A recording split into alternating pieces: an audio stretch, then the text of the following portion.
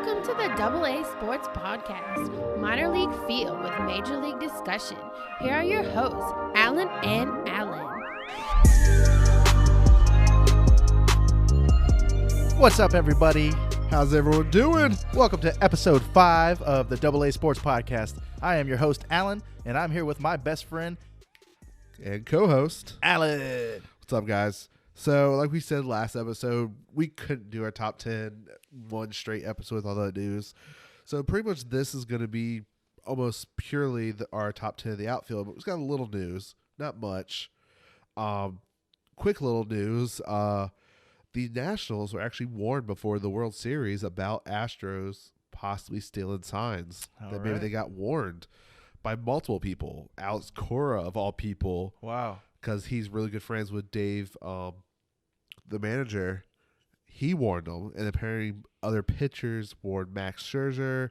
And, of course, with Brian Dozier being with the Dodgers, he was warned because, remember, they were in the World Series against. So a lot of stuff, they got warned. So maybe that's why they got a little advantage on them. And all these people who know about it, it's making me wonder, why is it taking so long for this to come out?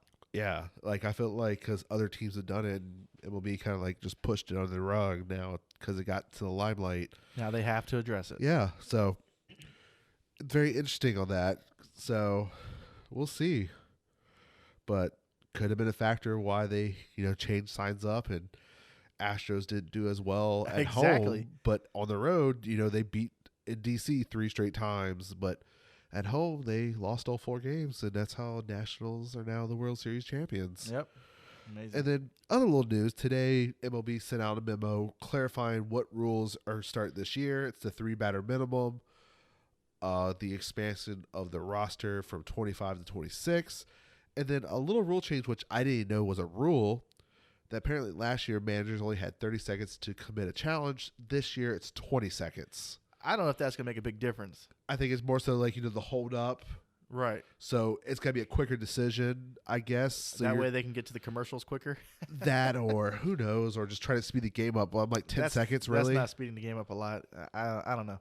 I don't know either. So, but yeah, so not much other news, but we're going to go right into it. Our top 10. All right. So let's start it off with our top 10 right fielders.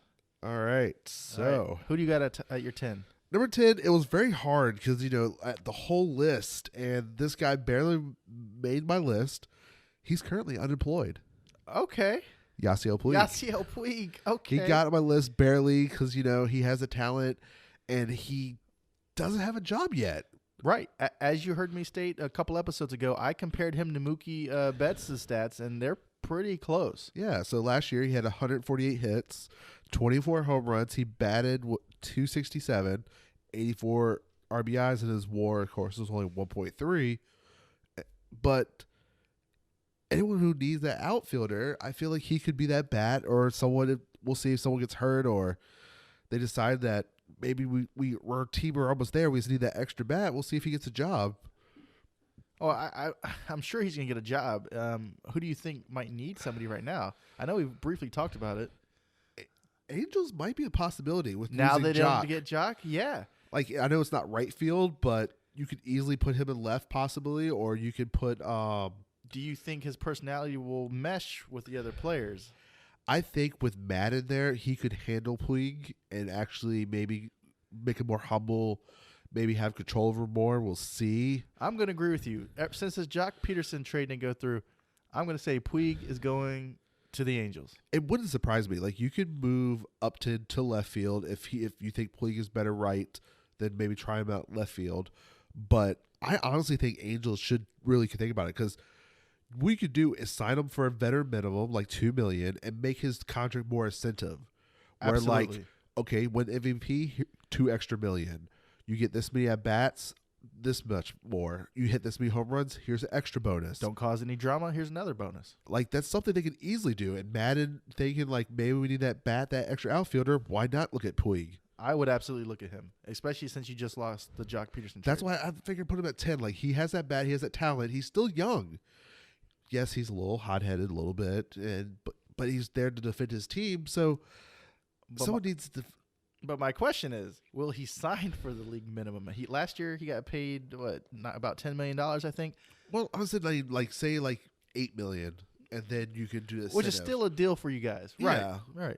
Where he could prove himself to a year. If he has a great year, then he can do what Josh Donaldson did, play my year, prove myself, then get that multi-year next year because he's still young where he can get that 4 or 5 year deal. So the rumors are saying that the Rays and the Giants are showing interest. I don't know why the Giants are showing interest. Like, come on. We know between Giants, especially the NL, Giants, Miami, and Pittsburgh are not competing at all this year. So why would Giants even consider it? Like, what about their White Sox? I don't know. Like, I think they have enough talent as it is. Like, whew. I mean, if you're going to make a run, and this guy is talented, it'd be a waste to just leave him on free agency. I feel like, what Giants would sign him for? Hopefully he does well, then trade him so they get a prospect. So I'm going to stick with my first analysis and say that the Angels should probably sign Puig. Rays, I can kind of see it, possibly. They're right there at extra bat, possibly, where he could be DH sometimes when they want to switch out the outfield because they are the AL. But I feel like Angels could do the same thing if they want to give Pujols today from DH, but they have Ohtani. That's true. They could switch up. Like, it's going to be interesting to see where he signs and when it happens. Right, and especially since Ohtani's not going to pitch till May, I think. So I hear what some people think they should do, which I'm completely okay with Ohtani, is they do with Japanese where he pitches on Sunday only. Oh. Where, yes, he gets a full extra day, but then he can hit throughout the week. And at least for half the season to get him up running, only pitch on Sunday, where he gets a little more spread out time, and then towards more of the second half of the season, if they're in it, he can start pitching more. Now, do you think that would throw him off? Because most Sunday games are midday games. I don't think so. If that's something that he did over in Japan, like only pitch once a week, yeah, that's true. He could be used to it. So we'll see what they do out there. Either way, I want to see the guy pitch and rake. I want to see it all. So we'll see what happens with Puig. So clearly he's not on your list. He's not on my list. So who do you have at number 10? I have JD Martinez from the Red Sox. Okay. See, with JD, it was hard for me to put him at any of my list because he's partially outfield and partially DH. I agree. So it was hard for me to put him on one of my list. I had to put him somewhere. I mean, so he's 32. He's not super old. Especially because right field, how they just traded Mookie. Mookie was their right fielder. That's why I think JD, I couldn't put him. I got you. Maybe now he'll probably will play more right field. We'll see what happens after the trade. But go ahead and tell me about why you put him at number 10. Well, I put him at number 10 because he's been an all-star the last 2 seasons. Last year he batted .304, 36 home runs and 105 RBIs. It's kind of hard for me not to look at those numbers. I mean, he had the best batting average against lefties in all of the majors. He averaged 181.5 hits over the last 2 seasons. But he also said he doesn't mind being traded.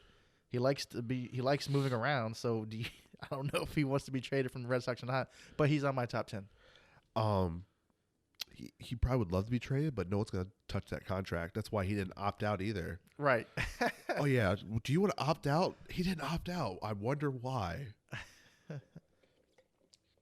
But yeah, like his numbers are good, man. His numbers are good, but what he's left on that deal, that Scott Boras, one of those deals, but no one's going to pay for that. And I don't think Red Sox going to pay, especially after now paying for half of Price's contract for trading away. He's there until he decides to opt out, which is probably never. Well, like I said, his numbers were pretty good, so I can't ignore them. And so if he great. does play right field, he probably will make my top 10 but we'll see what they do with him this year. Okay. Well, then who do you have at number 9 then? At my number 9, I have Charlie Blackmon. Okay. He's a little higher on my list. He's number 6 on my list. Okay, great. So what do you got? What do you know about the guy? Okay, yes, Rockies, airball, but come on. 182 hits last year is a little ridiculous. Right. So hold on. So you say he had 182 hits last year, right? But get this. He's averaging 191 hits per year over the last 4 seasons. Especially since he had 32 home runs last year. Like, how do you have that much confidence and you batted .314? That's crazy good. Like, and understand because, it was Colorado. He only had 86 RBIs because of that. But still, that many hits and that many home runs, like Right. Give it more opportunities. Who knows what those would have been? like could you take this numbers and take like where DJ LeMahieu, how he went from Rockies to Yankees and what his numbers increased. What would you do if you put him in a Yankee uniform? What kind of numbers he would have this year? Okay, well, let me ask you this question on top of that question. Anybody gets put into a Yankee uniform, what can they do? Because I feel like everybody's numbers That get hitter impleted. ballpark. Right. So, yeah, Charlie, he's 33 years old. He's made the All-Star team 3 years straight. Yeah. He's a 4-time All-Star overall. Like Alan said, he can hit. I mean, this dude can hit. He's in the third year of a 6-year, $108 million contract. He's right in his prime. I think he's got all the tools to be successful.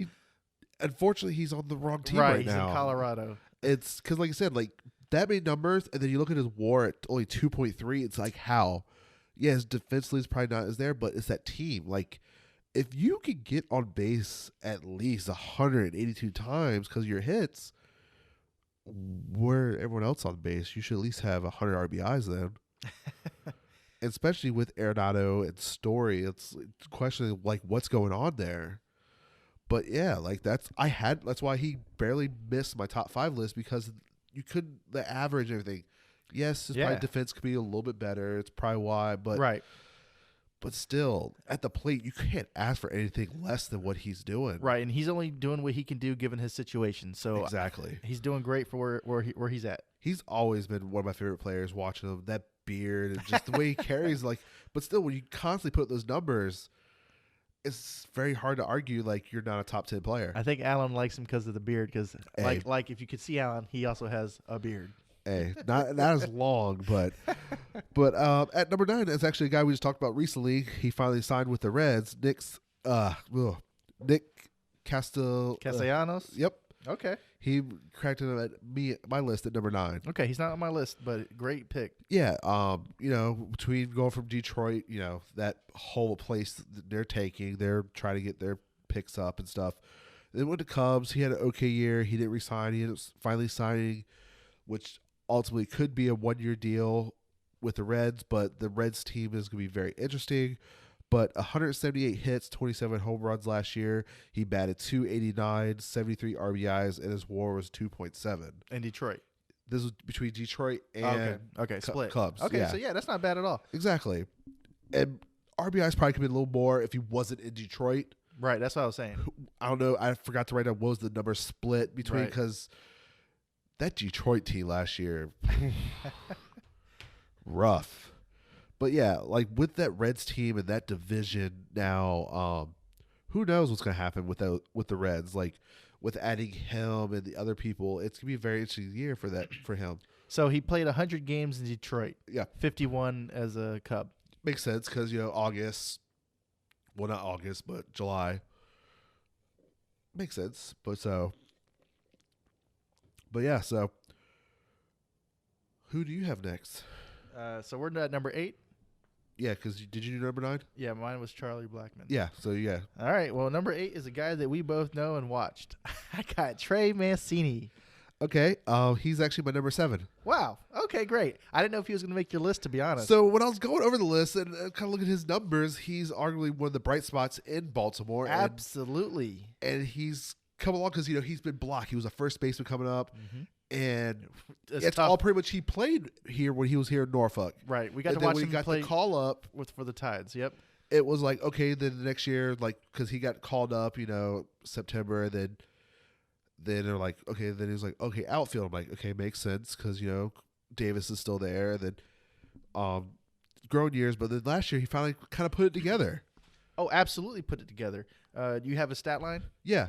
So pretty much he had 175 hits. 35 home runs. Yes. He batted .291, 97 RBIs, and his WAR was 3.3. I'm proud of you, Trey. Those are great numbers, my man. Like we said before, like Orioles don't bring prospects here through Norfolk. They might now because of a different regime, so they might actually grow them instead of send them straight from AA. And they're slowly building an okay team. I'm very interested in what this team's going to do in a couple years. But Trey probably could have been an all-star last year if it wasn't for the outfielders that it is. Outfielders are tough. But yeah, like solid year. Yeah, like you said, he had a great year. Last year, he was one of 3 MLB players, along with Alex Bregman, Anthony Rendon, to have at least 35 doubles and 34 home runs and 100 runs in 2019.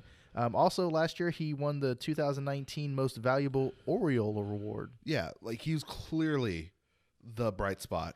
Absolutely. And that's why he's currently still there. Like, ultimately, he could probably play first base once Davis is gone. We'll see what happens. But they have Ryan Morrison, who's here at AAA, who was international MVP last year. So he probably will go in that spot. So most likely he'll probably stay in the outfield. Right. And I'm okay with that. Yeah, like he's done solid. Like, we'll see if he can do it again this year. Then who knows? Like, he's in arbitration now. So it's almost time where it's like, okay, or we're going to keep him long term.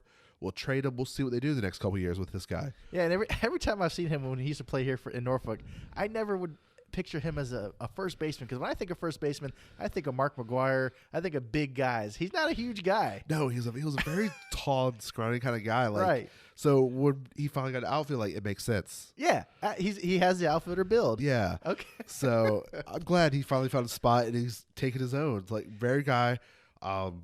Always signed for us, talk to him. Yeah, he's a great guy. Very nice guy. So even with, like, he's very nice with fans. Like, he always signs for people. We even made it to Fan Fest a couple years back at the Orioles, and we got him to sign for us there as well. He's a nice guy. Very nice guy. So that was my number 8. You had him at number 7. Yep. So who's your number 8? So my number 8 is someone dear to our heart. I thought we had the same one, then you switched it up on me. My number 8 is Michael Conforto. I'm going to tell you what, man. He is so near and dear to my heart. He made it a lot higher on my list. Wow. Finally, he put it together last year. So where do you have him on your list? I have him at number 5. Okay. So he finally put it together last year. He put everything together. We knew he had the power coming out of college. He was one of the better hitters in that draft. So at 141 hits last year, 33 home runs. Only thing I wish he gets to average up a little more at 257 last year, but still 92 RBIs, and his WAR were 3.5 last year. Yeah. Yeah, I mean, he's 26 years old.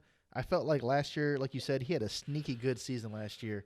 The only reason I say it's sneaky is because he was overshadowed by DeGrom, Pete Alonso, and McNeil last season. Yes. But don't sleep on Conforto. I mean, he had a lone All-Star appearance in 2017. Yep. Like you said, his stats have been getting better, but his batting average could use a boost. Yep. His average has always been around the 250s. Yeah. So he's still on average. He's in a 1-year contract under arbitration and is up for free agency in 2022. Yes. Because pretty much right when we drafted him, he got up pretty quick with the team. So yeah, and he was on a roller coaster. He was up with the team, he was down again, he was up with the team. Yeah. Got injured, I think. But when he's healthy and clicking, this guy is good. I like him. Yeah, he definitely has that swing with that power, and there's a reason why we drafted that 10 that year, because at Oregon he displayed it, and then now coming to the major league, he's definitely coming into his own finally. So I'm very happy for him to finally put it together.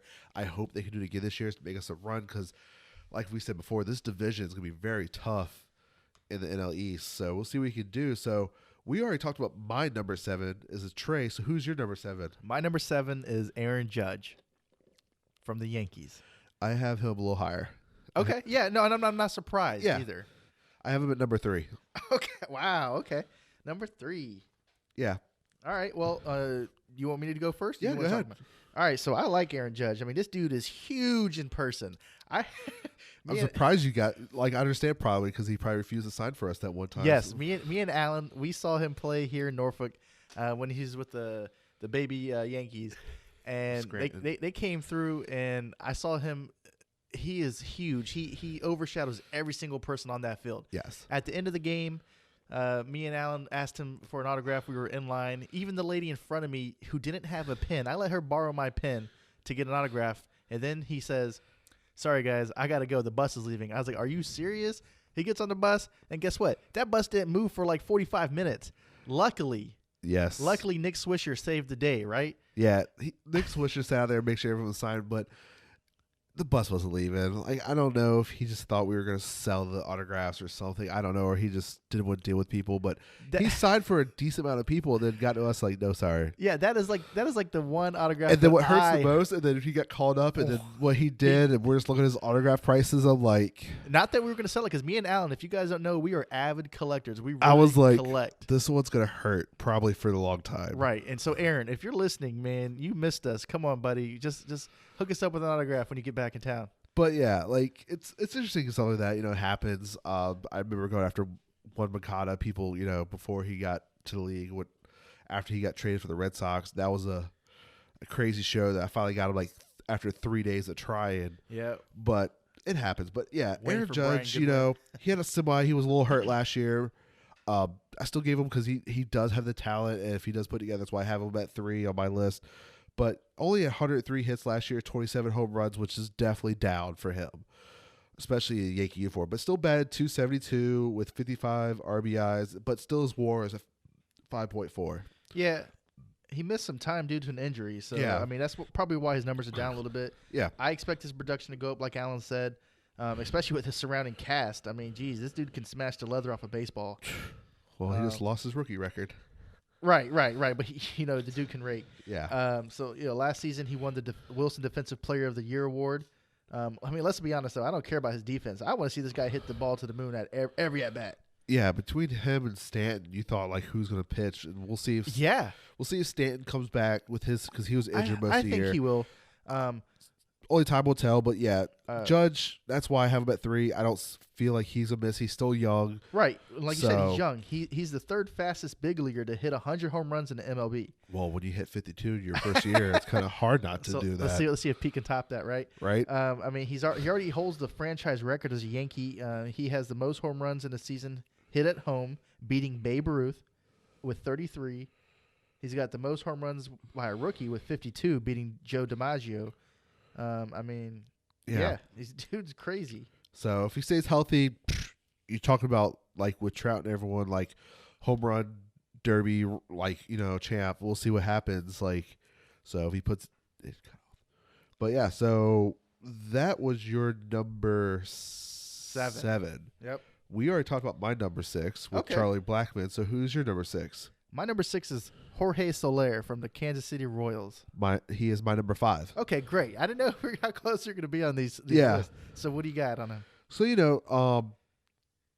he was the one I was getting very nervous about with Pete, the home run race with Pete. Yes, he was. Because out of nowhere, he started just going. I'm like, where's this coming from? Who is this guy? Especially Kansas City. You're talking about, they're almost tanking. Like, they're rebuilding, get the younger players, but...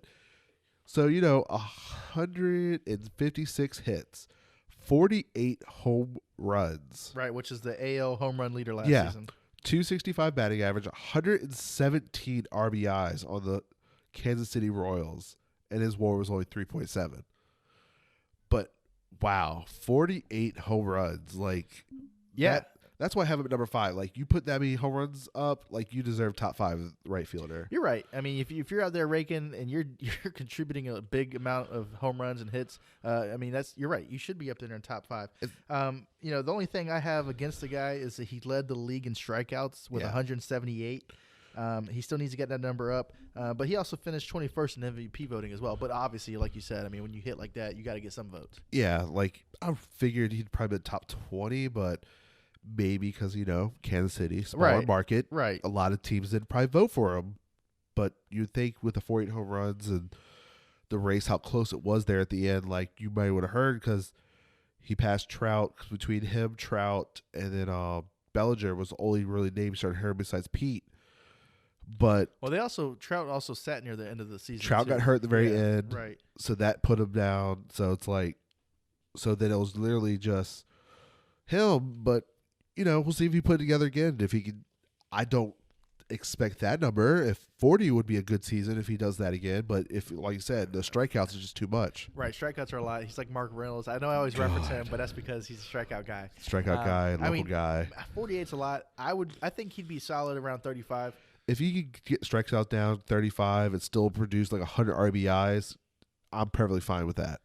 Especially that many RBIs being in Kansas City. Oh, yeah, those are great. That's a great yeah, number. because like we said, with example, Charlie Blackmon with that many, about just less than 30 more hits and almost 30 less RBIs. Well, let's just keep this in mind. Even though he had a lot of strikeouts, he still batted .265, which is not bad for if he said he did lead strikeouts. Better than Conforto's. Yeah, average. so yeah, it's not bad. So he was your number 6. Yep. My number 5. My number 5 was Conforto, so we've already discussed that. So then we're at number 4. Finally I can talk about my list a little bit. Yeah. Who do you have at number 4? Number 4, I got Mr. Bryce Harper. Okay, Bryce Harper is my number 3. Okay. So, going to the Phillies, 149 hits, 35 home runs, still nothing to be bad about, but, people still want that 40 from him usually, probably because of that power. But 260, yes, let's get the average up. But it's still 114 RBIs, and his WAR was at 4.2 last year. Yeah, man. I mean, Bryce Harper, you know the name. You know who he is. He's a 5-tool player. He plays for the Phillies. He's in the second season of his 13-year, $330 million contract. And then how the season started, this is not a bad stat line because how ugly I know. Was at first. Yeah, and all the fans are yelling at this guy. Especially, come on, $330 million, and the way he was playing that first half of baseball was terrible. Right. Not only was he playing terrible, he had to interact with the fans while he's in the batter's box. Yeah, it was rough. But luckily he put it together, started hitting them out. Those moon shots from Harper is just ridiculous watching those highlights. But, only time will tell if that 9 more years left on that deal. Right. I mean, that deal set the record for the largest contract for like a day until Mike Trout signed his. Sorry, bro. Yeah, Not man. coming. But, yeah, like I said, he got heckled by his fans all season long. I expect him to settle in this year and put up pretty solid numbers again. I think the biggest thing with him is going to be if the team can put together, because, G.J. Muramuto, this is last year, his deal before he could go test free agency. Okay. So, new manager, you do have, Joe Girardi. Let's see we'll see what Joe does with Bryce and team. Is he going to be on a short leash? Because like I said, last season the Phillies missed the playoffs and their manager was gone as a result. Yep, 2 years in, now he's the manager of the Giants. The only thing Harper can't do by himself is bring your team to the playoffs. So they did add pitching with Still and Wheeler from us. So they need another pitcher because people were arguing last year, like, what about the Phillies? I'm like, who's your pitcher besides Arenado? Well, which is funny because Nola. what I'm understanding is that Wheeler is in a position where he's fighting for a starting spot. I thought I heard. Like, I'm hearing like something about fourth. I'm like, you don't pay someone $100+ million for fourth. I figured he was probably their second pitcher. Right. That's what I was thinking. But we'll see what, maybe Joe's just trying to fire him up. Who knows what Joe's doing. So that was my number 4. So who's your number 4? My number 4, you might have this guy a lot higher in your list, obviously. But I have Mookie Betts at my number 4. Yeah, I got him at number 2. Right. And the reason I have him there is, like I said, his stats didn't impress me a lot. Like, I mean, they were good, but he's great on both sides of the field. Last season he's an all-star. He made the all-second MLB team, won a Silver Slugger award and a Gold Glove, which is a good reason to have him as your top 2. Yeah. But my thing is I'm looking at his line. He batted .295, which is good, 29 home runs and 80 RBIs. It's pretty solid. I mean, what do you think? My biggest test, I think, for him is going to be hitting at Dodger Park now. So he's definitely not going to get the 32 home runs this year. Unless, something happens. But I figured 20-something, as long as he keeps the average, the RBIs probably will go up if he keeps the average about right, because that team, like we said, is stacked from top to bottom. People are going to be on base. Right. But the biggest thing, he's going to be the leadoff hitter, so it depends on the back end, later rounds. But there's probably a good reason why he's going to be a leadoff hitter. I mean, he led the league the last 2 seasons in runs. Yeah. If you lead the league in runs, I mean, that means you get on base. He was officially traded to the Dodgers over the weekend, like you said, or recently. Yep. I don't expect him to slow down. I expect him to be a game changer out there. He finished 8th in MVP voting last year. Plus, the guy's multi-talented. He's a great bowler. This dude even competed in the PBA. I remember when I first saw the clip, I'm like, what's Mookie doing on ESPN in a bowling shirt? And he was serious. And I'm like, dude, you just won the World Series. What are you doing? And then he's like, he is very competitive in bowling. I was like, okay. Right. I got one word to describe that guy. Athlete. Yeah. And like you said today at the press conference, he's ready to celebrate another championship, but in this jersey, because they celebrated in L.A. with the Red Sox. Yeah. So he wants to win again, celebrate in L.A., but this time with that Dodger blue on. So only time will tell, see if he can do that because, it's contract year. He expects to get more than Bryce got, so he's looking around $400 million. So we'll see if he can put it together. Yeah, if he has another 3 straight years of consistently, it's like, yeah, maybe time to pay him. We'll see if who does it and what happens. Would surprise me if Dodgers do it. But, Right. But we'll see. So he's my number 2. He's your 4. And my number 3 is Bryce Harper. Bryce. So then he was my 2. So who's your number 2? Who is your number 3? Aaron Judge. Oh, yes. So clearly, either someone that's not even on my list has made your number 2 or 1 because I have one name left. Right. And there could be a reason why, because like you said, these guys play in different positions. You might even have him on a completely different list. We'll see, because I have a feeling it's got to be that for you to be this high and him not on my list. Okay. Well, so we'll see. My number 2 is a guy that I think is absolutely a beast. Ronald Acuna Jr. for the Braves. He's on my left fielder list. Right. See, so that and I could pull up his stats and we could see how many games he played at each, but he probably spent a lot of time at both sides. So, the guy's just 22 years old. I think you can expect to see him being talked about for the next decade. He batted .280, 41 home runs, 101 RBIs. He was promoted to the big leagues in 2018, and he signed an 8-year contract for $100 million. It's the largest contract for any player with less than a year experience. Yeah. Actually, when I just looked at my left fielder list, I forgot to put him on there because I was going over and I totally forgot to put him on my list. You didn't put him on your left fielder list? No. You don't have Ronald Acuna Jr. on your list at all? No, apparently not. I guess I messed up because I remember I was like, he's going on my list because I knew top 3 left fielder, and I totally forgot about when I made my list. But yeah, the craziest news that came out today, what he wants to do. Have you heard what he said he wants to do this year? What's he want to do? Okay, so everyone knows the 30-30 man, 30 home runs, 30 steals. Okay. He wants to be the first 50-50. He wants to hit 50 home runs and steal 50 bases. Wow. So yeah. He was going to be on the left fielder list, but apparently I did a dumb move and forgot to put him up there. So last year, he played at all the positions. He played 100 games in center, right.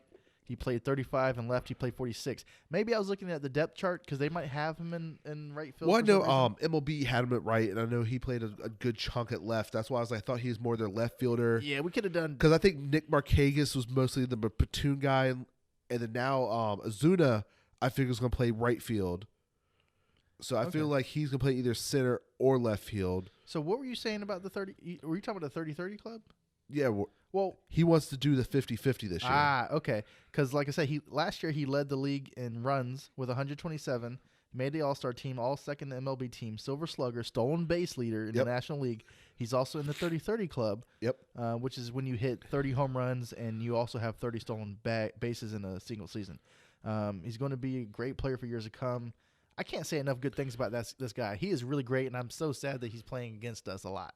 Very much so, but 30-30 is great because it's very rarely done nowadays. So no one really steals that many bases. Yeah, I get excited when I see somebody steal a bag, man. So if you're coming out saying you want to steal 50 and then hit 50 dingers, man, if he gets anywhere close to that, if he steals, here's the MVP trophy. Take it. If he steals 50 bags and 50 homers, I'm gonna get this dude's jersey. I'm not gonna get a Braves jersey. It'll be an All-Star jersey, but I'm gonna get it. Because if you do anywhere near that, I don't know if anyone's ever done the 40-40. Maybe I don't think no one has. So he's not saying I want to be the first 40-40. I want to be the first 50-50. Yeah, just keep your eyes on this guy for the next decade. I mean, when you sign an 8-year contract for $100 million and you played less than a year experience in the major leagues, what does that say about you? What is it? They have a lot of faith in you. It's partially that, and also partially that you're betting on yourself, that it's working out a deal where you're getting more money now compared to what you said, like Mookie Betts' last year, his arbitration deal, 6 years is 27. So you're taking your 6 years of arbitration plus the extra, 4, right? Because it was a 10-year deal, right? For Ronald? Yeah. 8-year deal. 8 He's years. just 22. So 2 years past would have been his free agency. So still, yeah, right. You're talking about making $100 million compared to let's see. Say if he gets close to Mookie 30, then like 15, he probably wouldn't make 100 if he stayed with arbitration. So he's getting a little extra money. Yes, 2 extra years, but he's committing to his team because this young team coming up through the minor league system, watching them was crazy, especially him. When he came here in Norfolk, I was blown away. And, of course, he was, big shot he wasn't signing autographs in, but still just be able to watch him before he became this big name that everyone knows. It was something special, and I can't wait to see what this guy does. Yeah, man, I'm super excited to see him play. So then he was your second one, right? So we clearly have the first. We have to. Yelich. Yeah. Christian Yelich is my number one. Yeah, mine too. So okay, and for good reason, man. This dude is crazy good. I can't imagine the team that they had in Miami when he was there.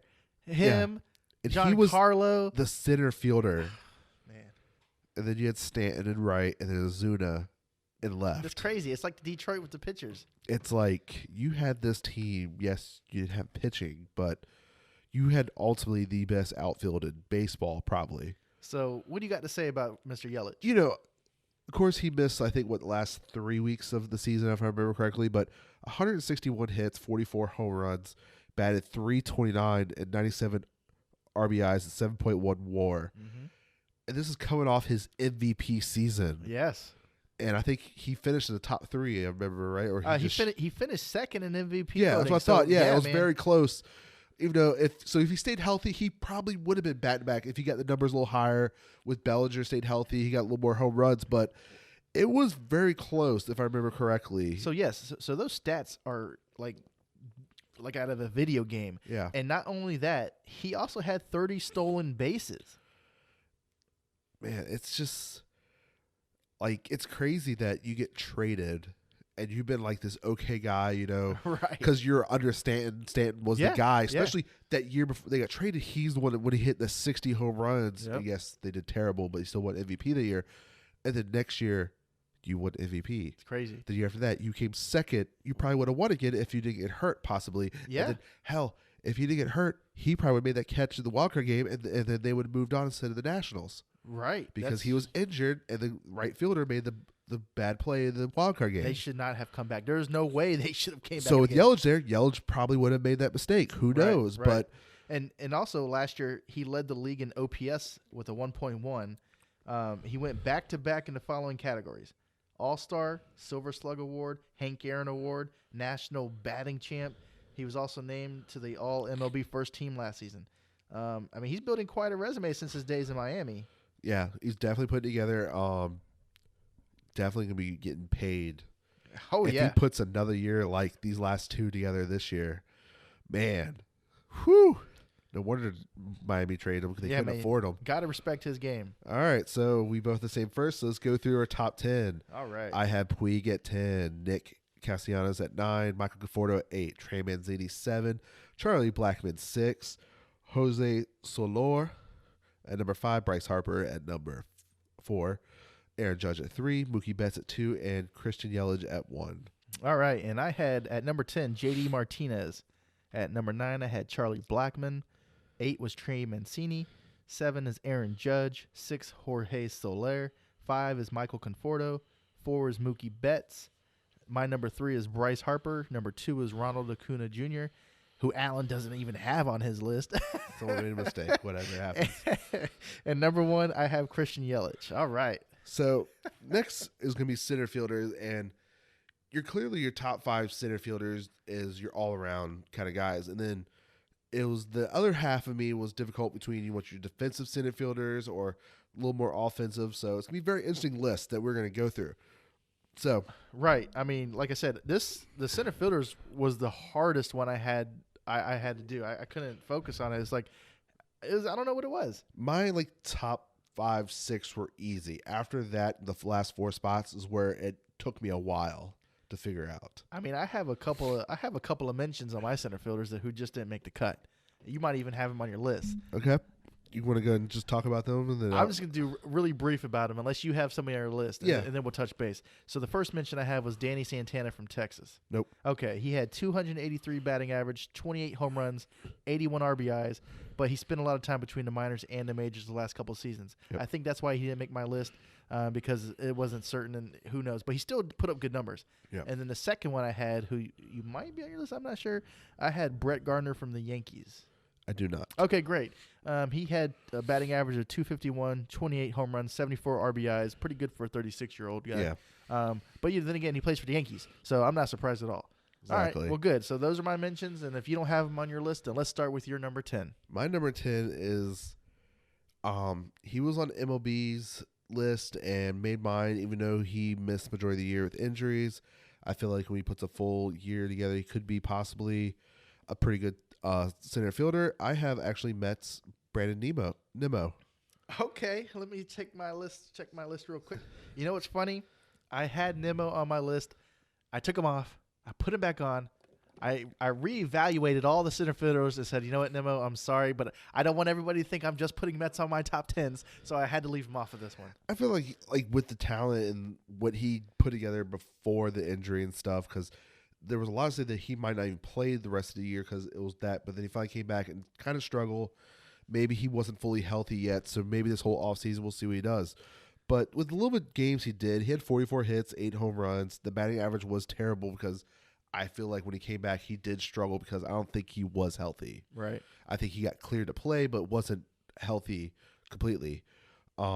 And then 29 RBIs the little bit he played, but That's probably why he didn't make my top 10. I was just thinking, yeah, but I think with total, if he does have a complete season and he has been better, and his defensive is there. That's why I think they let wow, why am I drawing a name blank? But Lagares go. Oh, okay. Lagares, yeah. And then we traded with Houston for the defensive center fielder, but I think Nimmo, even though they tried to, trade for Starling Marte, I think the demand was too high. But Well, they also offered, or they were talking about trading for Mookie Betts, and Nimmo was in the mix of that. yeah, because they want a center fielder back, which Right. Nimmo is a good talent. He is a first rounder draft pick, but in most teams, even all the trades I think Mets talked with, they wanted Jeff McNeil, and Mets said no, thank you. Yeah, I that's a good move, Mets. I wouldn't do it either. Yeah, if that's the centerpiece, like they try to trade like Nimmo and like JD and a prospect.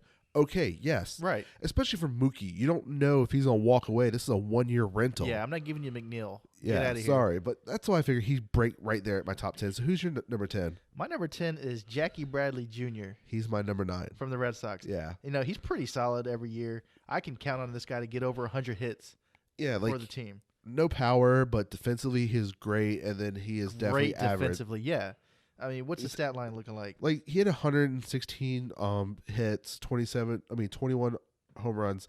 Yes, his average was not great last year at 225. I'm pretty sure they're really hoping with Mookie leaving that he steps that average up. But 62 RBIs, he 2.0 WAR. He's really known for his defensive out there, And that's what I Fenway. want in a center fielder. I want a guy who's going to get range, cover the field, throw people out. If he hits, he hits. But he's got to protect the field, the fence, yeah, like you definitely when you look at your center fielders, you don't really get many power center fielders. Right. You get your average guys, your speed guys, then you have defensive guys. And when the guys that are powerful are really separating themselves. And then they're your center fielders for quite a while. Then eventually they'll go to the corners because they're not as fast as they were. Right. But Jack Lee's definitely that defensive guy, and he has the potential to hit for average, at least get 100 hits, like you said. Yeah. He does strike out a lot, make some bats, but I feel like he can definitely be a star for Boston if he gets that average up. So he's my number 9. He was your 10. So who's your number 9? My number 9 is David Dahl of Colorado. He is not my list. Okay. Well, he was drafted 10th overall in 2012. This last season, he batted .302, 15 home runs, and 61 RBIs, and that was only in 100 games played. He was selected to the All-Star team last year. It looks like this prospect might be starting to pan out for years to come. We'll see. Yeah, it's definitely time to tell. With that team, they definitely got to see what happens, especially in that division with that Dodgers stacking up like they are, and Padres going, and then Diamondbacks. So they could possibly be the fourth team in that 5-team division. And that's why with the expansion of the playoffs, there's possibility where okay, we're going to tank, trade away our players. Yeah. Arenado, just get something forward, or is there possibly where we can sneak in when if they do expand the playoffs? We'll see what happens. Yeah, and if they do, this is the time to start thinking about your future franchise. Yeah. Because if if you look at Dodgers, we can't compete unless, traumatic injuries happen and stuff, then you're like, I have a chance, or they just flop. But yeah, he definitely has the talent to grow with that team, and being right next to Charlie Blackmon, you can't You can't go wrong with that. So we'll definitely see if he grows this year and continues. So he was your number 9, right? So yep. So we are at number 8. Yeah. So my number 8 was Max Kepler. Oh wow, I thought highly of this guy. He is all the way at my number 3. Oh wow. Yes. Wow. Yeah. I mean, very interesting. Wow. Yeah, this is gonna be an interesting list. All right. Well, he's my number 8. He's your number 3. So clearly you like him more. So let's go. Why don't you let you talk about him? Yeah, I do like this guy, man. He's a pull hitter. He's going into his second season on a 5-year deal that's only worth $35 million. So they got a good deal on this guy. He batted .252, 36 home runs, 90 RBIs. Yep. He set the record last season for hitting the most home runs in a single season by a European-born player. I did not know he was from Europe. Career high last season in home runs, hits. He finished 20th in the MVP voting. I have him so high because of the potential. He set the bar high, and he could be even higher than that. I mean, I think he'll make the All-Star team again this season, and he'll be in the MVP discussion again. Yeah, I figure why I put him at number 8. He had a great season last year. I want to see him do it again. Right, I completely understand that. Especially like I said, the top 5 is really you have your top 3 on my list. He was your number 3? Number 3, man. He's got dude. He's got the potential. He has potential, but I'm surprised he got up there. I can't wait to see the rest of your list. I know why he's not. Okay, yeah, we'll get into it. But yeah, I want to see him put another year together. He definitely, if he gets the average up about, we'll say 280, I'll definitely like his numbers a lot more.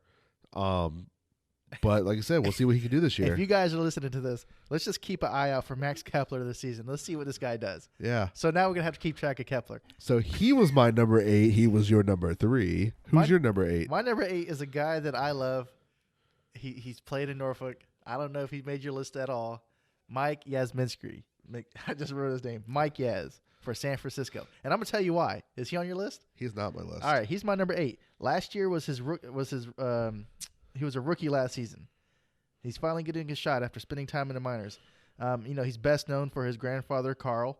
But he's 29 years old, so he's a little older rookie. But last season he batted .272, 21 home runs, 55 RBIs, and he did that in 107 games. So I feel like if you give Yaz a full year, those numbers are going to increase, and we're going to really see what he can do, especially for the Giants. Like I said, no one plans them to compete. If they sign Puig, it's going to be try to flip him for an extra prospect or something, or maybe they just benefit and then sign him long term, because they're not going to compete. I think their over-under is less than 75, and I think it's less than that. Well, that's what I'm saying. Because they lost Mad Bum, so you're down a pitcher. Big pitcher. So with that team like it is, I feel like, yes, he can give a bright spot. And defensively in Norfolk, he is a great defensive player. And then he did have some power here, and especially coming off the water where balls die a lot here in Norfolk. Yeah. So I'm very glad he finally got his chance. I feel like every decent player that we like to enjoy go somewhere and they get their chance. Right, except for Chance Cisco. Well, he ain't going nowhere yet. So I know, that's okay. That's another story. But yeah, so I do like him. Great kid. I love the story, and I'm glad they got a chance to play in Boston this year. Yeah, that's cool. Yeah, that storyline, that was cool. That's the one thing. When he was here in Norfolk, I was hoping Granddad come down here, right? Watch a game and just to meet him once. But it didn't happen. But when they played in Boston, they even made it a kind of a big deal. His grandfather and him got to throw out the first pitch or something. The second game they threw, but then MLB did an interview with them. They threw out in the field talking because, Mike's dad passed away when he was a minor league player and stuff. So, and his grandfather was always in baseball, so it's not like he was around much. Right. But I know it's something special to play catch with your grandson, who's an MLB player in the place, especially the spot where he played at left field. So it was very interesting, and it was a good storyline, especially met Mike a couple times here in Norfolk, get his autograph. Kind of a quiet guy, but he goes out there and plays. Yeah, definitely. So I'm glad he got his shot. I can't wait to see what a full year That's what I'm saying, man. does. So And I understand, he doesn't have 2 years of experience to really show it like a big full year, but from what he did last season, I got to get him on my list. all right, so he was your 7. Number 8. Number 8. So we're on 7 now. Number 7 for me is Victor Robles of the Washington Nationals. Victor Robles. Rookie year last year. He really good defensive. Very speed guy. Watched him from the minor leagues. I knew he was something just like all these other guys. Like you could see. Yeah. I teetered back and forth with him, man. He almost made my 10 spot, but like I said, it was a weird thing. With his speed and defensive and not bad. This for his numbers being a rookie year. Yeah. So 139 hits, 17 home runs, 255 average, 65 RBIs, and his WAR was at 4.1. Yeah. Well, they played great last year. They did, and this is his rookie season, so he can only grow from here. And having Juan Soto to your left, and then Adam Eaton to your right, and then your second full season with the team, because I'm pretty sure he started day one since Eden didn't need to play center field anymore since they lost Bryce, so it cleared him a spot to play. So I only see up potential with him. So that's why he made my number 7 list, because he had a pretty decent year for his rookie year. And based on that, you just expect him to keep it going. Yeah, I agree. It wouldn't surprise me. Yeah. Especially on that team. I mean, the team is solid. I think between this young outfield with them and then the young outfielder in Atlanta, it's just like watching them like, why my division? and the good pitchers are there, and the infield's great with Trey Turner. I mean, yeah. Zimmerman sticking around. I like it. Yeah, so it's definitely going to be interesting watching him grow. So he was my 7. Who's your number 7? My number 7 is Ramon Laureano from Oakland. Okay. He did not make my list, if I remember. Nope. Man, yeah, our list right here is just not even close, man. You might remember him for robbing Joey Votto of a home run to help Mike Fiers, the whistleblower from the Astros, pitch his second career no-no. Okay. Yep. Anyways, he batted .288, 24 home runs, 67 RBIs. He even had 13 stolen bases. So I see a lot of upside for this guy. He's just 25 years old. Well, yeah, he definitely has potential. And like I said, like before, Oakland's that team you don't really hear much about. Besides, they somehow, they're right there and they get in the wild card every year. I feel like. Yeah, every year. Hopefully soon, because I feel like maybe when they get a good deal, they get their own stadium, they might get better. Because Oakland Raiders are now gone this year, so that's their stadium. So they're working on a deal, and the renderings looks good. So hopefully, I don't think Oakland wants to lose their only last team. Right. Fans got to root for someone. Yeah, they already lost Golden State. They now lost the Raiders. This is their one team left. They better give them a deal to get their stadium. How crazy would it be to watch Oakland, their fans dressed up like Raiders fans in the baseball stadium? That'd be funny. Man, but yeah, like he definitely has a bunch of potential. He's young, and in that division, who knows what happens? Okay, so that's my number 7. Who do you have at 6? 6, I had Lorenzo Cain from the Brewers. Did he not make your list? He did not. Wow. Yeah, man, we are on a whole nother level. Okay, I understand he had definitely a down year compared to what he's used to. He is getting up there in age. Yeah. It won't surprise me, since Ryan Braun announced that this is his last year, that they move Cain next year to right. To left. It would not surprise me one bit if that happens. Right. So pretty sure this probably will be his last season at center field, most likely. But last year 146 hits, 11 home runs, 260 average, 48 RBIs, 2.3 WAR. Like, he's been consistently a great center fielder. Yeah. Yes, last year was a down year, but I don't know. I feel like he can have a bounce back year, especially with Yelich, Ryan Braun. Like, you still can't go wrong with that outfielder. Yes, he's getting older, so he's probably a little slower. So for a center fielder. Yeah, I mean, if you check out Baseball Reference, for some reason, I guess they think they're fortune tellers because they're predicting the projections for next season. They got him projected to bat 276. Sounds about right. 45 RBIs, 12 home runs, 141 hits. So, yeah, I mean, if he puts up numbers like that, that's still pretty solid. Yeah, I'm not. Because he's the leadoff hitter, if I'm almost certain. So that's why the RBIs are up there. Which is understandable. Yeah, because he's the one that gets batted in because he gets on base. But even he has, like he said, like 146 hits, 11 home runs. He's not a power guy, but he does get on base. He's a leadoff hitter. And defensive is there, but yes, down year because he is not. He is getting up there in age, but like I said, Ryan Braun said this is his last year. It wouldn't surprise me. He's going to go to left, and they bring a younger, faster guy from center field. So, like I said, center fielders go to the corners after a certain amount of time, so it won't surprise me if that happens. So he's my 6. Who's your 6 then? My number 6 is a guy who I feel is under the radar. He puts up good numbers. He just needs to work on his batting average to take it to the next level. With that being said, I wouldn't be surprised if he made the All-Star team this season. I mean, he's got the talent to. I have at number 6 Randall Grichuk from Toronto. Nope, not on my list. His batting average was 232, so that needs to be improved. But he hit 31 home runs with 80 RBIs. Not bad. Yeah, so I like the guy, and especially Toronto's. They're trying to make moves. They're in a tough division. And like I said, that could be another team with the expansion of the playoffs, especially that young team with Vlad Jr. and the Biggio and them that could make some noise in that division. Like, you see Yankees, like, okay, then you're going to see the Rays who did compete, like, wildcard team, like, they are not probably be too much further. Like, okay, Red Sox trade Mookie. They're almost about to maybe tank a year, see what happens with the other players. Right. Everyone is competitive except Orioles. Exactly. So then you're sitting like, okay, we're ultimately the third best team in the division now. Or tied. Yeah, third. We'll say third because with Mookie gone, I don't really see Red Sox. So I feel like I can agree. Yankees first, Rays second, and then them third. And then who knows if that young team can make that step, maybe they go in front of the Rays. Right. Or if Yankees have an off year somehow. And man, if the Yankees have an off year, I would thoroughly be shocked.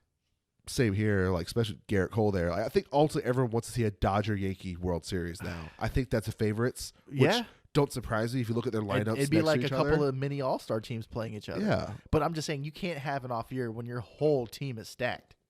Like when you're missing a starter, an ace, and that's who you get your off season, and then you miss the playoffs or just lose your first round, that'd be hilarious. So hold on. Let's recap here. Have we had anybody that's the same on our list so far? Jackie Bradley Jr. was very close. That's about it. But he wasn't on your list, though. Because he was your 10. He was my number 9. Oh, okay, great. That's about it. Okay. Everyone else is either we don't have on each other's list or we're a little higher. Like I said, center field was tough. Yeah. So he was your number 6. Mine was Alonzo Cain. You'd have on your list. So who's your 5? So we're at number 5. So mine was Whit Merrifield. Okay. I think I had Whit on one of my other lists. Your second base because that's what he played. But rumor is he's going to be moved to center field this year. Okay, and that's perfect. So that's why I put him on that right there because how his season was, that his stat line, if he keeps this number offensively. And he's decently at center field that he is a top 5 center fielder. Oh, yeah, absolutely. If his numbers stay the same. Yeah, because 206 hits, 16 home runs, batted 302, 74 RBIs, and a 4.0 WAR. Yeah. If you put those numbers up and then decently in the outfield, like that's potential top 5 outfielder or center fielder. Absolutely. So that's why I had him right at 5. Like he's most likely to play center field. He had the numbers. He had a great year last year. So that's why he cracked right there at my number 5 list. Yeah, and I respect it. Like I said, I had him on a different position. Yeah, because he played mostly second baseman. But he made my list. Yeah. So he's a great player. Definitely. So who's your number 5 then? My number 5 is Sterling Marte. Okay, yeah, we're close. I have it at number 4. Okay. Yeah, so as we talked about recently, Sterling was recently traded to the D-backs from the Pirates. Yeah. You got his stat line from last season? Yeah, he's always been consistent. So you know what you're getting with him. He's definitely getting older. But last year he put up 159 hits, 23 home runs. He batted 295, 82 RBIs, and then his WAR was only 2.9. Right, and but that's on a Pittsburgh Pirates team that we knew that was garbage. Exactly, and I have him in my top 5 because even though he was on a Pittsburgh team, he put up those great numbers, setting career highs in home runs and RBIs. Yeah, he's been consistent. That's why a lot of teams wanted to trade for him. Yeah, just it felt like weird how for the Mets they wanted 2 prospects and an MLB player, but yet they only got 2 prospects from Diamondbacks. Yeah, it's crazy. Like right? they bulked and then they had to take the best deal that was out there because we gave them a fair deal, and they just didn't realize that it was a fair deal. I guess at the time. Yeah, because they wanted Nemo and 2 prospects, and they just got 2 prospects. That's not even a top 100 prospects. We're willing to give a top 100 prospect with Nemo. Yeah, that's crazy. Yeah, but who knows? We'll see time will tell if it happens. But right, he is older, so we'll see how much longer he does play center field. Well, yeah, and also now that he's on a team that's focused on winning again, I think his numbers could be on the same level as they were last season, if not better. Oh yeah, definitely. Like with that Diamondbacks team, the younger team, like he's definitely gonna be re-energized. Definitely, yes, addition with that team. That's why I had him at 4 because he's consistent. He's your number 5, but it's very interesting with the team to see where he goes from East Coast to West Coast. And yes, unfortunately, he does have to play Dodgers a lot and the Padres, but we'll see what he does with that and what that team does. So he's my 4. Who's your 4? Okay, so my number 4, and this is why I was saying you're like, oh, Max Kepler's in your top 3. Well, yeah, so I was certain I know the rest of your list, but I want to know how. Right. Because so my top 3 were locked. A lot of people said these 3 were the best 3, and did you put someone in at 3? I was like, who's out? Well, the reason this guy is out is because of the scandal. Yes, and that just, like I said, loses cool points with me. But I have George Springer at my number 4. Yeah, he would have been higher. He would have been higher, but I just can't get over the fact that these numbers don't lie. Yeah, I haven't done the stat and see who's used the most bangs. I know someone did the work out there. I really haven't looked it out and see who got so many bangs and stuff. Someone went back and had some time. I didn't either, but I checked out the guy who apologized. Yeah, and as we can see, those numbers were clearly tainted. Yeah, but Springer's always been there consistently last couple of years. That's why he's definitely the top 3. Oh, he's great. For me, maybe. Yeah. So we'll see. All right. But 140 hits, 39 home runs. He batted 292, 96 RBIs, and WAR is 6.2. He's at least top 5. But yeah, like most I said like people said, you have your top 3. He's definitely one of them. You have him at 4 because of the scandal. I can kind of see where some people are going to be biased and see him put up those numbers this year when people are going to be under the Astros microscope. Yeah, this year. Yeah, so we're talking about, especially he only has a year or 2 left on his deal. Well, he's going to probably get a good deal like the guy we talked about earlier. Because what I'm saying is they've been cheating since at least 2017. Well, he was an all-star in the last 3 seasons. Last season, he also won a Silver Slugger and finished 7th in MVP voting. I hope this whole scandal thing doesn't affect his stats. I'm very interested to see what he's going to put up this year regardless. Definitely been one of my favorite players the last couple of years. So that's how I feel about him. Altuve was one of my favorite players, and now I really don't know what to think about these guys. It's going to be very interesting. So, so this is his last year of his deal because last year he signed a 2-year deal to avoid arbitration, a 2-year, $24 million. So, yeah. So this, I think, pretty sure is last year's deal. Then he'd be a free agent. Well, you know what? I know we still got to go through our top 3s, but I have a feeling that we're going to at least be on the same page for our number 1. I think for our top 2 because you already know who your 3rd is. I know who my 3rd is. Well, who's your number 3? My number 3 was George Springer. So now we're on top 2. Okay, so yeah, our top 2. So it could be flip flop, but I doubt it. You know how I feel about. I highly doubt it. So I'm almost certain we both got Bellinger at 2. We do. Okay. Yeah. All right. So we're agreed on our top 2. Yeah. Because, everyone was like, oh, well, he's MVP. But I'm like, I'm sorry. I don't care what he is. Until number 1 proves me wrong, he's the best player in baseball. Until he breaks both his legs and can't see. But, Bellinger had a great year. Absolutely great. I'm not taking nothing away from the guy. And it's not like he came out of nowhere. Like, we knew he was a good player. But when he finally put it together this past year, it's like, wow. 170 hits, 47 home runs, and batting 305. And look at his WAR. 9. A 9 WAR is straight ridiculous for a single season. Yeah, I mean his career WAR is a 17.4. I have him in my center fielder. He did play 100. He did play 115 games in right field though. But he's not gonna play this year with Mookie there. Right. And yeah, dude's a stud. I mean, he's 24 years old. There's a reason he's up here. I mean, he could easily be my number one. It's just gonna be so interesting who's gonna get these hits and everything with this Dodger lineup now. Who's not gonna get these hits? Yeah, like who's gonna get these RBIs? Like, oh, sorry, clear the bases. Sorry, you gotta get on base now. Yeah, when you got 3 guys who are gonna put up 100 RBIs, probably. Yeah, like if they keep Jock, it's gonna be very interesting. If I wasn't a Mets fan, I'd be right there with you. I'd want to see the Dodgers and Yankees play too because they're the clear favorites, both leagues. Like if they stumble as of right now, it's going to be looking at them like what happened. Hey, I'll take another Subway Series as long as it doesn't end like it did last time. Who you telling? But yeah, so we already talked about our number 2 clearly, but number 1, it's a clear-cut favorite. No one else, I think, has him anything else is Mike Trout. Yeah, man, the dude's untouchable. When you don't finish less than top 5 MVP votes of all of your seasons, that says everything about you.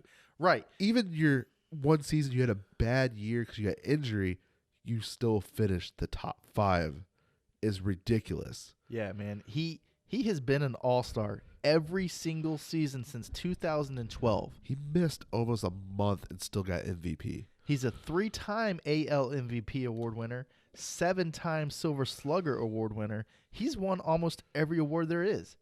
Dude's an absolute monster. He's playing on another planet. I just feel bad for any team who passed on him. We probably did too. Tell me about it, man. And I'm kind of happy he, re-signed with the Angels. He believes, but I just hope he gets the opportunity to play in October. Right. I'm glad he wants to be a franchise guy. I just wish he got more exposure, and I'm glad that the team's building around him. And I'm also glad he decided not to do what the rumors said was to go sign with Phillies with Bryce. I would be heartbroken. I would have just gave up. I would like, I'm done. I guess we're not going to watch baseball for another 10 years because we know we're not making it. We know what was going on in Atlanta. And then we see what Nationals doing, and we see that. I would be like, I'm done. Yeah, I'm glad everybody in our division is stepping up though, because it's exciting to watch. Besides Miami. Well, yeah, we all know about Miami. Derek Jeter's got a plan, I'm sure. I hope so. But I feel like we're in a great time where we're actually getting to watch a living legend play the game. Yeah, every generation has that player.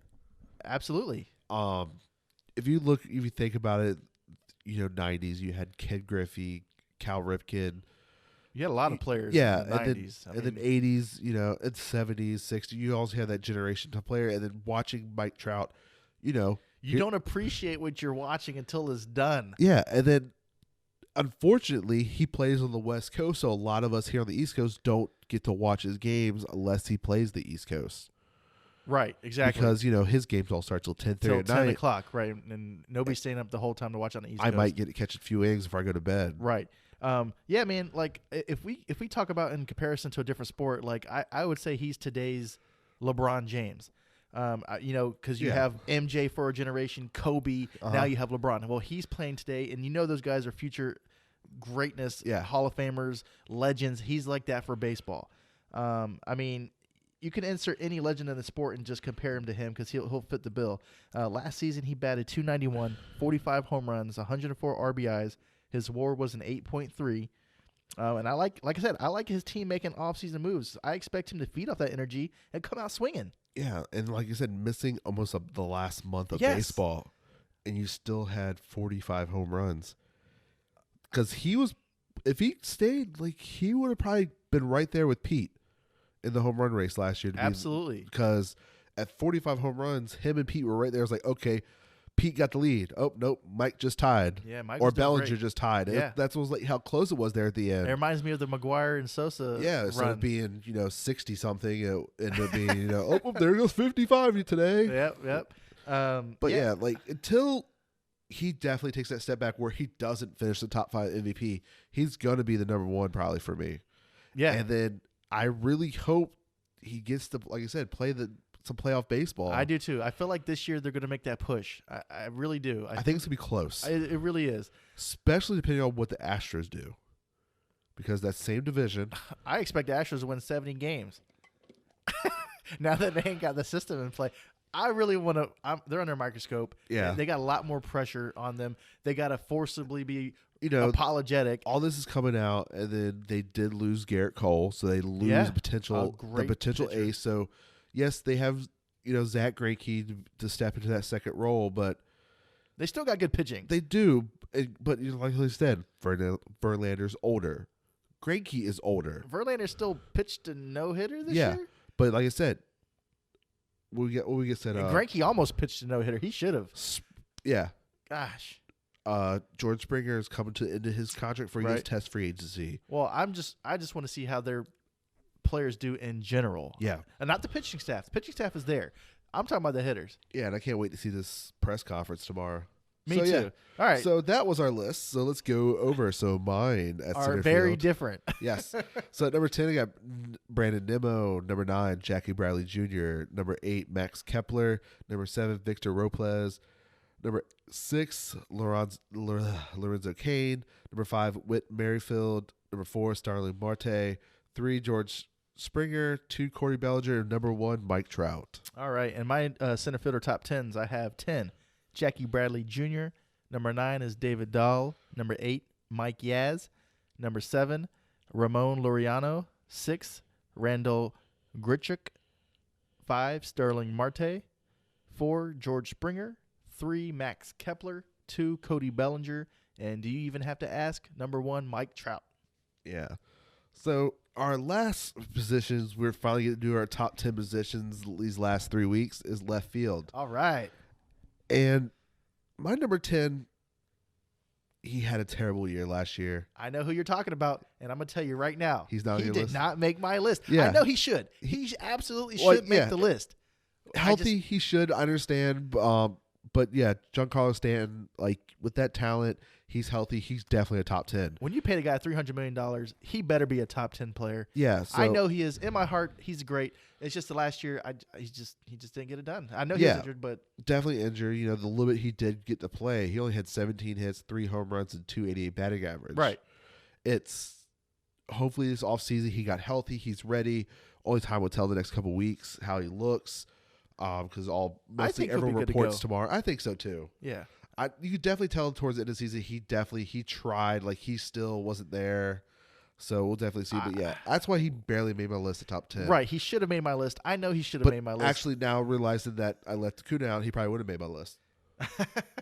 Right. And I know Giancarlo should have made my list, but last year he didn't get it done, and I want to give somebody else some spotlight because he's going to make your 10 list every other year. Yeah, he's going to probably make it next year if he definitely puts it together. I'm going to predict that this year he's going to have a pretty good year because look at everybody around him. How can you not? If you're half the Giancarlo Stanton, we know you're going to put up good numbers. Well, yeah, especially after DJ LeMahieu's year, they're going to not pitch to him as much. They got to then Stanton's gonna be there. Like who do you pitch to, regardless of who's there? So it's gonna be very interesting because, especially if it's a game that Garrett Cole pitches, it's gonna be a very minimal run. So you're gonna figure out who you're gonna pitch to. I'm just saying, Giancarlo to Gary Sanchez. It doesn't matter. You got to pitch to somebody who's gonna hit. Yeah, doesn't matter. So who's your number 10? My number 10 is from San Diego, Tommy Pham. Yeah, didn't make my list. Okay. So, his batting average is 273, 21 home runs, 68 RBIs, and he had 25 stolen bases. The guy had 155 hits, 77 runs. Last season with the Rays, he reached the base safely in 40 straight games, breaking a Rays record. He even led the major in infield hits. That's pretty impressive. He had the best fielding percentage of all the major league left fielders, and he was traded to the Padres this offseason. I'm retarded. He's on my list. Okay. He's on your list? Yeah. I was going to say, that's pretty good. I mean, he probably, how high up is he? Number 5. Oh, okay, yeah. So, I don't know. Yeah. Yeah, I remember when the trade happened, it was very shocking. And a lot of the Rays players were shocked too. Yeah. But, we'll see what happens.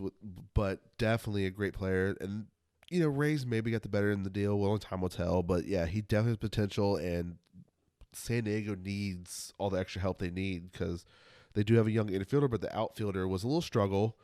But, put it together like he did, the average is pretty good. The worst thing about it, it's not a great ballpark to hit in Yeah. for home runs because it is out west that parks are pretty big. So we'll see if we put it together this year. So who is your number 9? At number 9, I have a guy from our team that we love to root for, J.D. Davis. Okay. I'm pretty good with JD. He didn't make my list. Great player. It's possibly what they think with the guy they traded for this year, Marquez, that the Mets traded for, where JD never really got the playing time with the Astros. He finally got the chance last year with the Mets and took all advantage of it. Right, yeah, his first full MLB season last year, and he did not disappoint. I think the reason he didn't make my list because the uncertainty of what left field is going to be for the Mets with, Well, I'm going to tell you, while he's in the Mets uniform, he's batting .307, 22 home runs and 57 RBIs. That's solid. Yeah, and you definitely tell outfielder he's not used to as much playing. Like some of the stuff that happens, the plays he made, it was definitely growing as playing last year. You can definitely tell. Yeah, he's getting better with the season. But the reason why was because his plate appearance, like you said, the average. When you're batting, it's kind of hard. Like, okay, do I take the bat or do I take the defense? Well, it depends who's your catcher. Yeah. So if you know a Syndergaard, we know who's not batting. Yeah. So that's why he definitely. But with the whole Cespedes possibly coming back, it's gonna be very interesting all around for that whole side because between third base and out left field. Yeah, I mean, like I said, JD's not a name that sticks out to most people, but he can get it done with the best of them, and I can't wait to see if he can do it again this year. Yeah, it's going to be definitely interesting. We'll see what happens with that position. So he's your number 9. My number 9 is Kyle Schwarber. Schwarber? Yep. You said you had Tommy Pham at number 5? Yep. I have Kyle Schwarber at number 5. Okay. Reason he number 8, Cubs, catcher to outfield. But, 132 hits, the home runs are there. He has that power at 38 home runs, 250 average. Could be a lot better, but, he's that power guy that strikes out. If he gets that up, he probably be a really way better average, but still 92 RBIs, 2.3 WAR. Yeah, and I think a lot of his average has to do with the scouting reports. Scouting reports, they must say he's a fastball hitter because he was thrown the most curveballs in all of the league. I think he needs to work on his defense, but his hitting more than makes up for that. I mean, he's a World Series champ in 2016. He's been in the spotlight for so long that you might forget he's only 26. Yes, and how he came up so early as a catcher, then he got hurt, and then they had a replacement. Then they couldn't put him back as catcher. He got back to the outfield, and he's actually been quietly out there, and I kind of forgot about him while I was making my list. Right. I was like, oh, yeah, Kyle. I was like, what about Kyle him? Schwarber, yeah, that guy. Yeah, because, he's still putting those home runs up. But, like you said, the average is not there. But if he can work on that in defensive, he definitely can be top 5. I don't surprise he's not your 5. So he's my number 9. He said he's your 5, so who's your number 9? My number 9 was J.D. Davis. Okay, that's right. So now we're on 8. Who do you have at 8? 8 was the guy who was almost traded to the Angels. Okay. Jock Peterson. Jock Peterson. Is he on your list? Unfortunately, he is not on my list. Okay. So, like we said with the Dodgers, that potential there with that lineup. But, 112 hits, 36 home runs, 249 average, 74 RBIs, a 3.3 WAR. Pretty solid. Yeah. Like, what you can't ask for too much more from your left fielder except for getting the average up a little bit. Yeah, other than that, I mean, he's an everyday great player. He's going to be contributing. That's why we'll see if they, like I said, if they hold on to him or they do trade him. And the biggest thing I think the next couple weeks, if anyone gets hurt, it's the opportunity where they can trade him now or hold on to him for maybe something they need right before the All-Star break for the trade deadline. But if not, you're still getting an all-around great left fielder. Absolutely. So he's my 8. Who's your number 8? My number 8 is another outfielder from Oakland, Mark Canha. Is he on your list? Nope. Okay. So Mark's batting average last season was .273. He had 26 home runs and 58 RBIs. His WAR was a 4.5 last season. Last season, he was awarded the Player of the Week in August, and he finished 4th in on-base percentage with a .396. And he also finished 2nd in hit by pitch with 18. So I like the A's. The Taking guy one for the team. Yeah, he can get on base. I like what the A's have been doing, and I think Mark can be a big contributor to their team. Like you said, they like to escape. They like to sneak into the playoffs, and with guys like this, the biggest thing with the A's is they have no pitching really. Somebody's got to step up. Next man up. Well, they might get lucky, get like Barry Zito kind of situation where they get that rookie that comes up. Maybe they had, and they did have a good prospect, but he got injured, had Tommy John. So this could be the year where he finally comes up and gets that. So we'll see what the A's might do. Be but put on a pitch count like Strasburg. Yeah, when he got injured. But they have talent, so we'll see what happens. But yeah, like I said, with a lot of these A's players, you don't hear about them because they just sneak in, and they're sneaky good. Yeah, most of the time you're like, who's this payroll? Like last year, the Tampa Bay, their total payroll, Do you think we don't hear about them because of Moneyball? They're getting the sabermetrics and all that worked into it. The reason why they start all this in that movie and everything, because Billy figured it out, and we'll see. But he's not the GM no more. He's more the president now. But still, he established that team. They're a small market. They finally might get their own stadium, like we said, hopefully. But it's been always hard for them to sign that big contract, so they find ways to trade and whatnot to get the players, and they're always right there. Like they call the farm system for the Yankees or Red Sox, because everyone always goes to one of them. But I hope one day they win again. I think last time they won was the 80s or 70s. I can't remember, but it's been a very long time. Well, did they have Mark McGwire on their team? I mean, wasn't he? That's roids. They didn't. They didn't get anything. I think they made it to the World Series because I think that's the year of the earthquake, but they lost to the Giants. All right, well, let's move on. Who do you have at 7? So 7, I have Ryan Braun. Okay. I haven't heard that name in a while. Yeah, he had an okay year. He did finally announce that this is most likely his last year. So with the Brewers, 131 hits, 22 home runs, batted .285, 75 RBIs. Yeah, his WAR's not that great, 1.8, but like you said, this is probably his last year. He's going to retire. He's older. Defensive's definitely not there, but he's still an all-around okay plate at the plate. Okay, yeah, absolutely. I mean, he's been great in years past. I'm sure he can get it done another season. If you say it's his last, go out with a big bang. Yeah, they were pretty much a game away for the World Series 2 years ago. So close. Last year, who knows with Yelich, if he wasn't injured, if he made that play, because they could have got hot like the Nationals and went through, and who knows, could have been beat that. The Nationals were not supposed to be there. So only time will tell. Let's see if he can go out and bang. Like I said, he been with that team pretty much his whole career. MVP, of course, is tainted with the whole PD scandal back in the day, but all around good player. So clearly he's not on your list because you didn't say nothing. He's not on my list. So who's your number 7? My number 7, I feel like I'm you from last week. I'm getting all the young blood in here. I got a guy who plays on a crappy team, and he was a rookie last year, and he was excelling. I have Brian Reynolds from Pittsburgh. He's actually my number 3. Is he? Yes, I thought you were going to say he wasn't on your team. No. And you showing some love to a Pittsburgh player? All right, man. Let's hear what you got. Sorry, fans, if Alan's distracting you with his slurping over here. Yeah, I know. Hey, I had the flu a couple of days ago. That's why we're a little behind on this. Yeah, glad he could come here and shoot with us today. But yeah, putting what he did in a rookie season is kind of Besides, Josh Bell, that team is, and now Marte gone.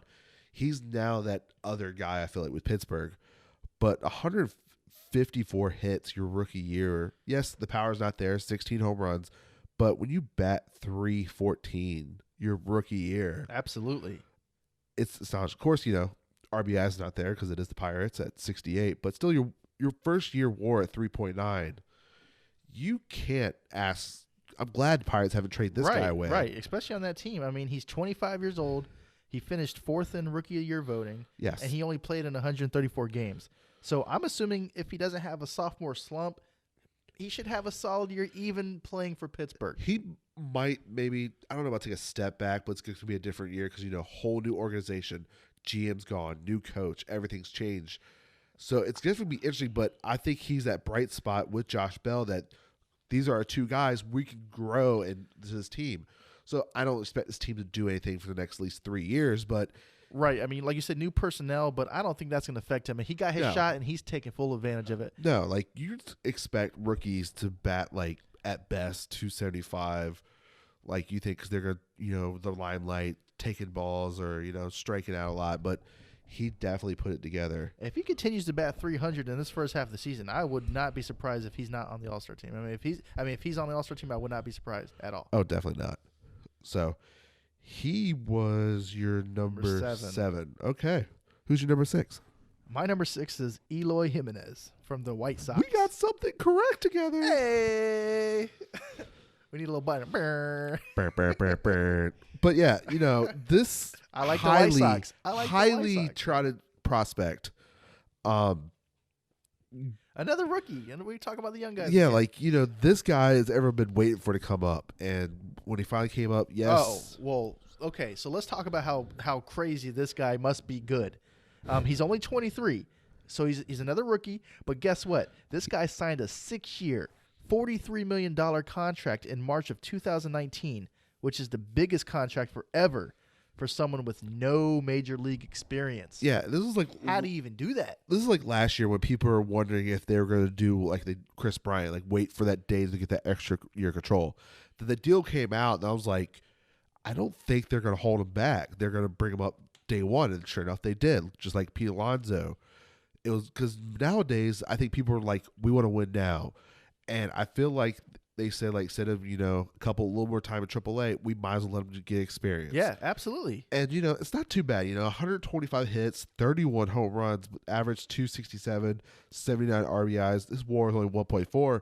Well, I think because, the team was in the right direction with the pieces they added this year, this team and that division being so weak it is, this could be the front-runner team in that division. Right, and this guy could definitely be the face of the organization. Like I said, that contract with no major league experience shows you how they feel about the kid. I feel like he still has some defensive things he needs to work on. He needs to be better defensively, but last season, if that's any indication of what he can do, you're going to watch this kid for years to come, for sure. Definitely, and the way the White Sox have moved players around, like that was a certain – like Mercado was second baseman. He's now third. I'm pretty sure Jimenez was an infielder coming up, and they put him to the outfield. So maybe it's something like that where he's not used to playing outfield yet. So maybe this whole year, that is off season. But he's got raw talent to where they're confident that he can make those adjustments. Exactly. So only time will tell. But like you said, it's not surprising to me that these players are signing deals their first year of being a major, or like him, even before he stepped on a Major League Baseball field, where like, okay, I'm getting $45 million guaranteed for the next 6 years to prove myself. If not, hey, I got $40 million. Right. So it's not surprising me that these players doing it. So if like one would be Pete Alonso, if he puts it together, there's going to be a deal for the rest of his contract to make it where it's worth both parties. Okay. So he was my number 6. So is yours. So who's your number 5? Well, we both talked about our number 5s. Yes, we did. So number 4, who's yours? I have Michael Brantley from Houston. He's a little higher on mine. You know why he's I know. number 4 We know the trend trend with yours, Alan, because you know the scandal. I can't. But he is my number 2 on my list. Okay. Oh, well, if he's so high on your list, let's He probably would have been number 3 if I didn't forget about Acuna. Okay. But, 179 hits, 22 home runs, the 311 batting average, 90 home runs, 4.6 90 RBIs. Yeah. 4.6 WAR. And like I said, it could be, the whole cheating scandal. Who knows? Only time will tell this year. But he's been consistently, but I don't know about his previous before 17. I'm pretty sure you might know.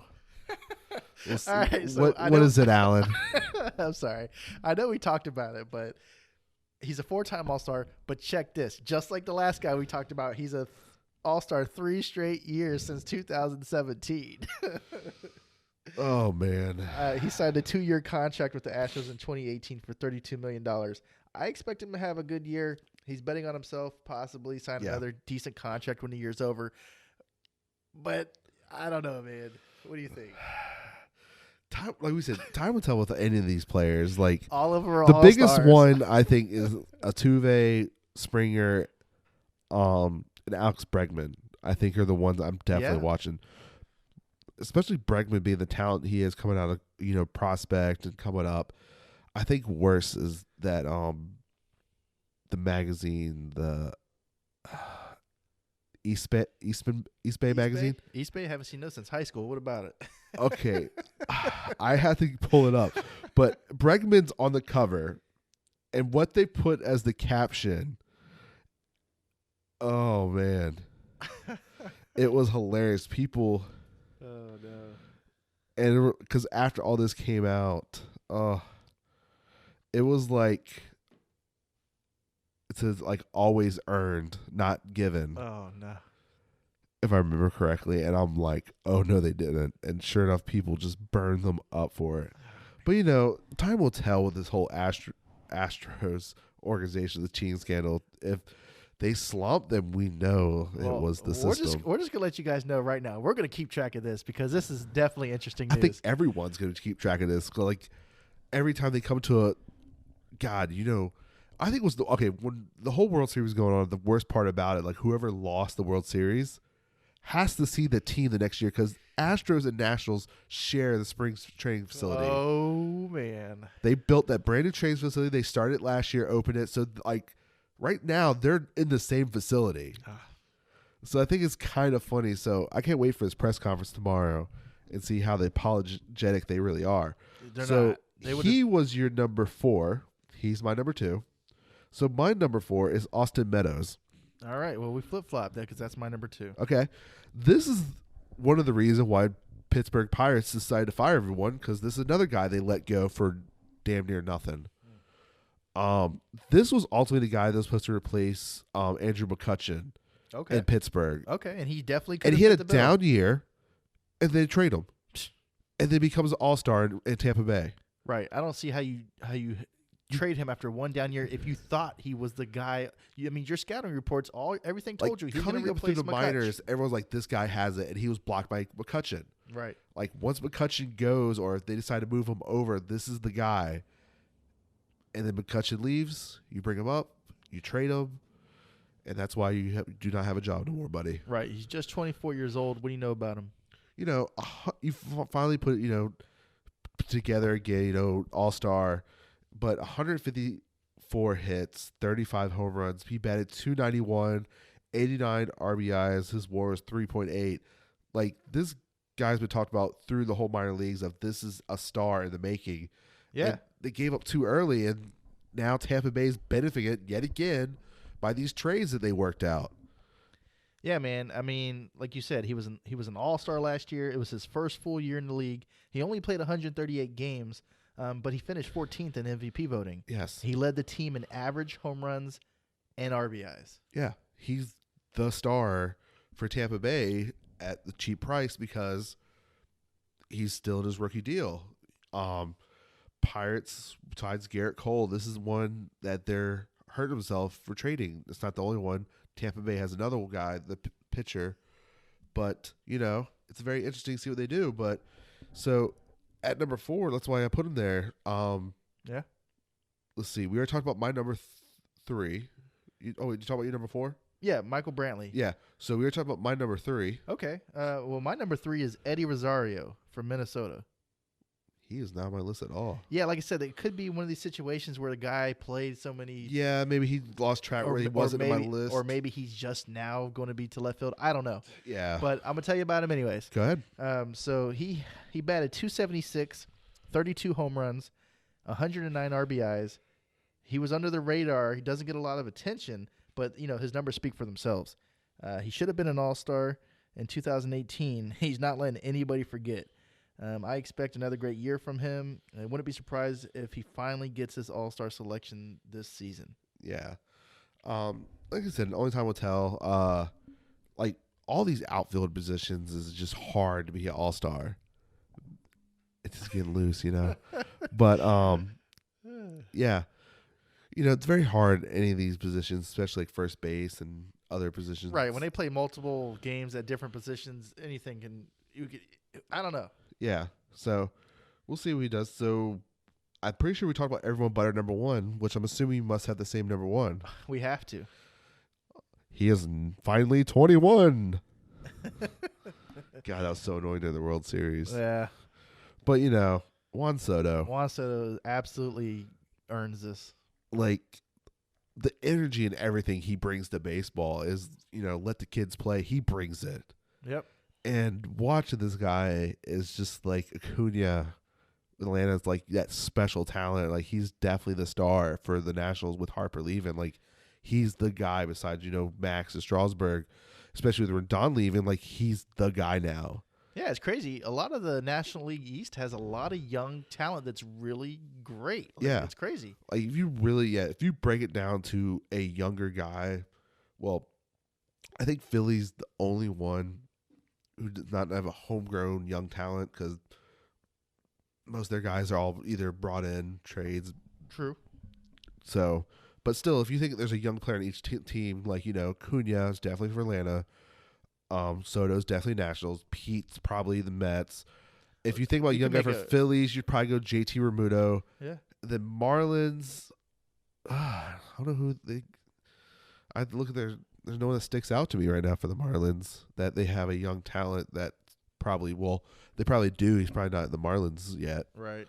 But, Soto, with 153 hits, 34 home runs, 282, 110 RBIs, 4.7 WAR. Like, the guy in left field just turning 21. Like, this is his, second year in the league? Because he was Rookie of the Year the year before. Yeah, I mean, he made the All-MLB second team, and now he's a World Series champion.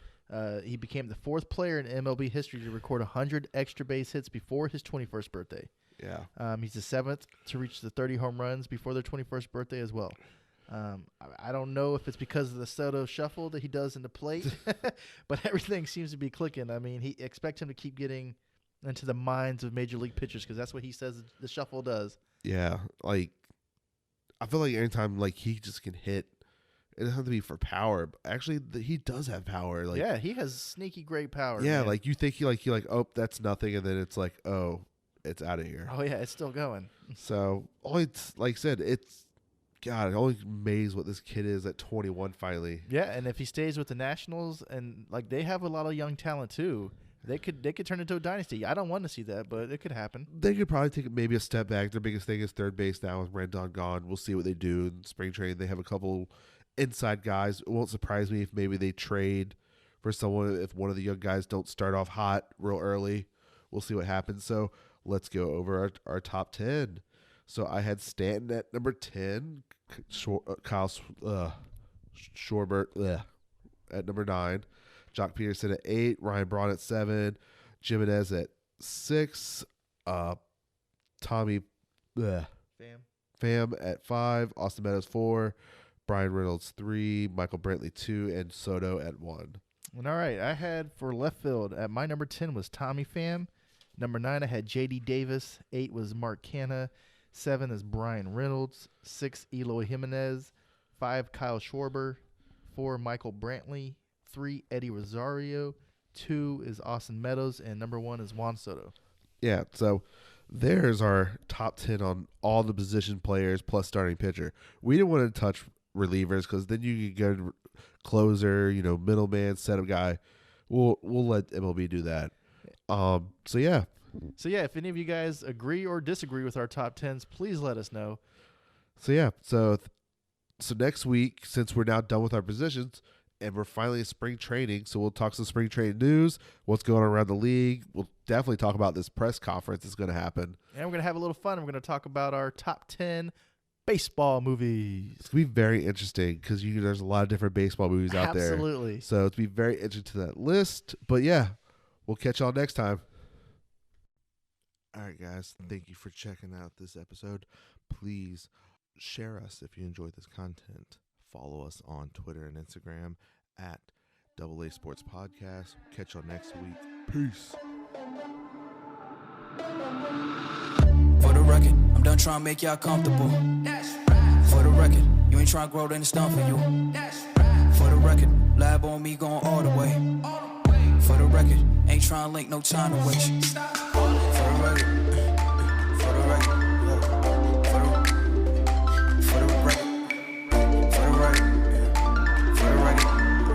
For the record, been a ice on y'all. Snake eyes on dice for y'all. Shoulders on ice for y'all. A6 all the hate. I won't get a ball today. Got lost in the ball and A's. I'm flipping the balls, I'm flipping the on record, off record. I still count wins when they got it.